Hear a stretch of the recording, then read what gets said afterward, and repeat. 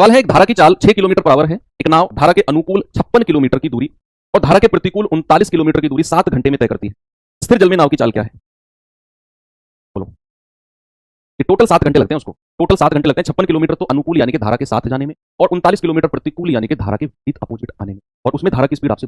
यह समय बराबर क्या होता है? देखो टोटल उसको 7 घंटे लगे, तो मैं क्या करूंगा, मैं अनुकूल का भी समय निकालूंगा प्लस प्रतिकूल का भी समय निकालूंगा, दोनों के समय को जोड़कर 7 घंटे के बराबर करूंगा।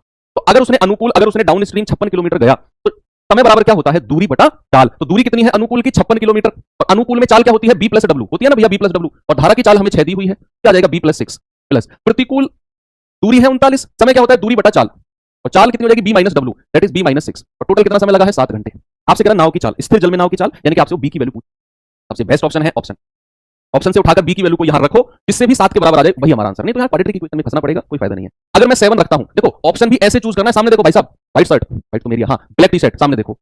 ऑप्शन भी ऐसे चूज करने हैं कि जब मैं यहां बी की वैल्यू को 7 मानूं तो 7 और 6 13, ये 56 को डिवाइड करना चाहिए, ऊपर वाली संख्या को डिवाइड करना चाहिए, ऐसा ऑप्शन आपको मानकर चलना है। अब जैसे यहां पर सपोज मैं 7 को मानता हूं तो 7 और 6 13, भैया 56 को नहीं काटेगा। 22 को मान के चलता हूं, 22 प्लस 6 28 दूनी 56 कटेगा, और 22 माइनस 6 कितना होता है? ये होता है आपका 16।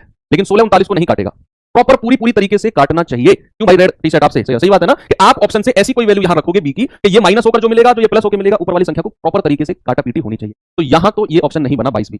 13 को रखें क्या? 13 और 6 19, 56 को नहीं काटेगा। 15 रखें क्या? 15 और 6 और 15 माइनस 6 9, 15 प्लस 6 21 22।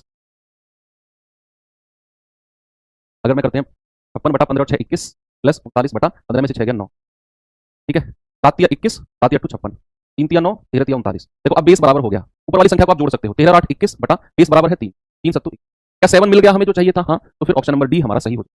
क्या हो जाएगा? ऑप्शन नंबर डी हमारा करेक्ट हो जाएगा।